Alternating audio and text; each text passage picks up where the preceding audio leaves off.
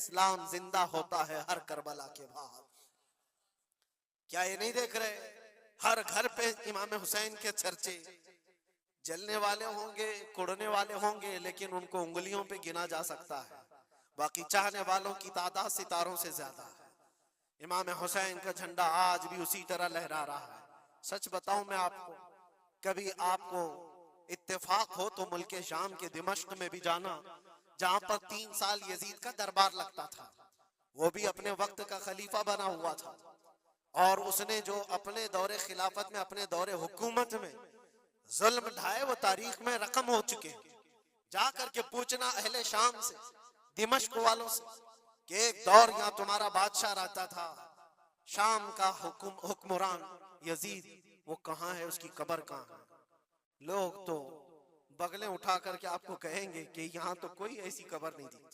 ہاں ہم کو پتا ہے، بعض مورخین نے، بعض دانشور جو پڑھے لکھے وہ کہتے ہیں جہاں پر سارا کچرا ایک جگہ پھینکا جاتا ہے، ڈم کیا جاتا ہے دمشق کا، وہاں کہیں اس کی قبر کھو گئی ہے، اس میں کہیں قبر کھو گئی ہے۔ یہ تو اس کی بات کر رہا ہوں جو بادشاہ تھا، فوج رکھتا تھا، تاج رکھتا تھا، تخت رکھتا تھا اور حکومت رکھتا تھا، اس کا سوال ایسے۔ پھر آؤ عراق کی سرزمین پر اور کربلا جاؤ، سوچو ایک کھلا چٹیل میدان تھا، یہاں پر کوئی آبادی نہیں تھی، دور دور تک ایک دریائے فرات بہتی تھی اور باقی کچھ نہیں تھا، اور جا کر کے آپ ڈھونڈنے لگ جاؤ گے کہ میدان کہاں ہے، تو تمہیں میدان نہیں ملے گا، ہر جگہ آبادی ہی آبادی۔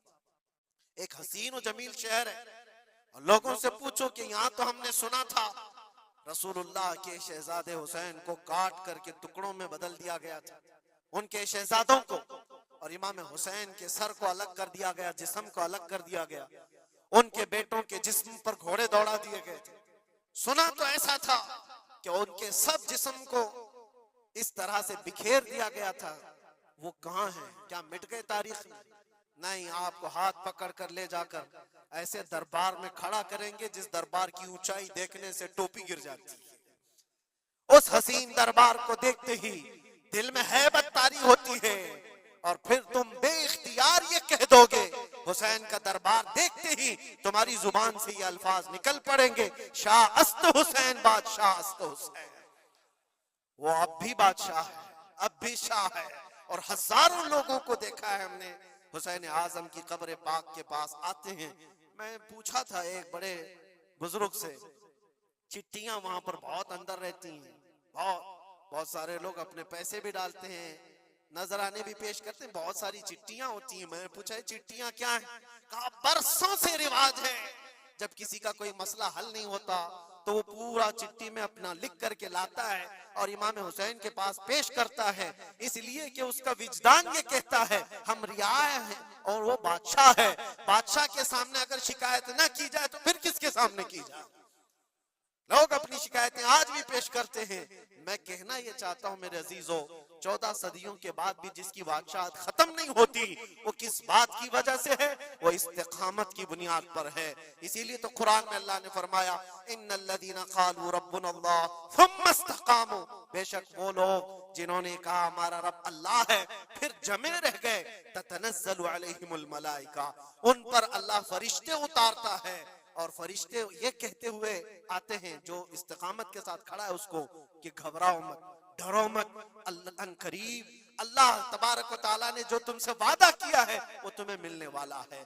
یہ استقامت کے ساتھ رہنے والے کے لیے ملائکہ اتارے جاتے ہیں۔ آج بھی ہمارا امتحان اسی استقامت کو لے کر کے ہے، کتنے جمے رہو گے، کتنے ڈٹے رہو گے، یہی امتحان آنے والا ہے۔ آگے بھی دیکھنا، اس زمانے میں بھی دیکھنا، تمہاری ٹوپیاں اتاری جا رہی، تمہاری داڑیاں نوچی جا رہی، تمہارے برقعے، تمہارے حجاب سب سوالیہ نشان ہیں۔ اب تو حالات یہ ہو گئے ہیں، لوگوں کو اتنی کھجلی ہے کہ اذان کی آواز سے بھی پورے جسم میں کچھ لوگوں کو کھجلیاں ہوتی ہیں، تکلیفیں اتنی ہیں کہ سب اتار دو، کوئی اذان کی آواز نہیں۔ صدیوں سے جو اذان کی آوازیں گونج رہی تھی، آج پتہ نہیں پاگلوں کے دماغ میں کون سی چیز سوار ہے، کون سا شیطان سوار ہے۔ یہ صرف اور صرف اس لیے نہیں ہے کہ ابھی کے بنے ہوئے شیطان ہیں، شیطان تو پرانے ہیں، لیکن امتحان کی گھڑی تمہاری ہے، وقت ابھی ہمارے امتحان کا آ چکا ہے۔ یہ جو پوری دنیا کے حالات آپ دیکھ رہے ہیں، ان حالات میں بھی میرے عزیزو ایک بات یاد رکھنا، بہت سارے طوفان، بہت ساری آندھیاں آئیں گی، اگر تم ایمان کی حفاظت کے ساتھ اس دنیا سے گئے تو امن میں ہو، ورنہ اللہ کے نبی صلی اللہ علیہ وسلم نے اسی زمانے کے لیے فرمایا تھا، وہ زمانہ آئے گا میری امت پر کہ صبح مومن ہوں گے، شام میں کافر ہو جائیں گے، شام میں مومن سوئیں گے، صبح کافر اٹھیں گے۔ وہ اس زمانے میں ہم آ چکے ہیں جہاں ایمان کا سودا ہونے لگ گیا ہے۔ لوگ تو آج، مجھے پتا ہے میں ہر چیز پر بات کروں تو بہت لمبی بات چلی جائے گی، ہماری قوم میں سب سے زیادہ وہ غدار لوگ موجود ہیں جو چند ٹکوں کے لیے، جو چند پیسوں کے لیے مخبری کیا کرتے ہیں اور ایمان بیچتے ہیں۔ ان کو کیا حاصل ہوتا ہے؟ اپنی قوم کی خبریں جا کر کے لوگوں کو پہنچانا، پولیس کو خبر دینا، اس کو خبر دینا، نیتاؤں کی چاٹو گیری کرنا، یہ سب چیزیں تمہارے ہاں کہاں سے آ گئی؟ تم تو خیر امت ہو، حسین اعظم کے غلاموں میں تمہارا نام ہوتا ہے۔ تمہارا سینہ تو ایسا ہونا چاہیے کہ کبھی تمہیں کوئی غلامی پہ جھکا نہ سکے، لیکن جو لوگ غلامی کو پسند کر کے تلوے چھاٹنا چاہتے ہوں، یاد رکھنا اس دنیا میں بھی ذلت ہے، آخرت میں بھی بڑی ذلت ہے، بہت بڑی ذلت کا توق اٹھا کر کے اٹھائے جائیں گے۔ اسی لیے باز آؤ، اے نوجوانوں، میں آپ سے کہتا ہوں، لالچ پر، پیسوں پر، تھوڑی سہولت دینے پر اگر تم بک جاتے ہو تو تم سے زیادہ اس روئے زمین پر کوئی بدنصیب نہیں ہوگا، کوئی بدنصیب نہیں ہوگا۔ آپ کو پتا ہے منافقین کے رد میں اللہ نے کتنی آیتیں اتاری، اور قرآن میں اللہ نے فرمایا ان المنافقین فی الدرک الاسفل من النار، بے شک منافقین جہنم کے سب سے نیچے حصے میں ہوں گے، سب سے زیادہ عذاب میں ہوں گے۔ کون ہے وہ منافق؟ جو چہرے سے مسلمان دکھتے ہوں، اندر سے کافر ہوتے ہیں۔ کرامت کیا ہے؟ امام حسین نہیں دکھا سکتے تھے؟ ارے سارے اولیاء جن کے قدموں سے لگے ہوئے ہوں، جہاں سے ولایت بٹ رہی ہو، حضرت مولا علی کو کیا کہتے ہیں؟ شاہ ولایت کہا جاتا ہے، سارے اولیاء اکرام کی ولایت وہاں جاتی ہے۔ تو کیا امام حسین کربلا میں اپنی کرامت دکھا کر کے قابو نہیں کر سکتے تھے؟ اور لوگوں کے اس ذہن میں آنے والے سوال کو دور کرنے کے لیے امام حسین کے شہزادوں میں 600 سال بعد آنے والے غریب نواز نے اجمیر کی دھرتی پر دکھایا بھی تھا، تم اگر پانی بند کرتے ہو تو معین الدین ایک کھٹوری میں پورا پانی سما سکتا ہے۔ کیا نہیں ہوئی تھی؟ انا ساگر کا پورا پانی ایک کھٹوری میں سرکار غریب نواز کے حکم پر نہیں جمع ہوا تھا، اور آپ نے چھوڑ دیا تو پانی پورا چلا گیا۔ وہ 600 سال بعد آنے والے غریب نواز جو امام حسین کی اولاد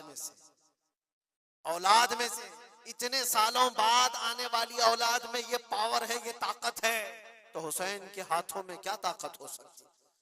ارے دریائے فرات تو ان کے قدموں سے لگ کر کے بہتا اگر حکم دیتے، لیکن امام حسین رضی اللہ تعالیٰ عنہ کرامت سے اگر وہ معاملہ حل کر دیتے تو ہم جیسے نکموں کے لیے آئیڈیل کون ہوتا؟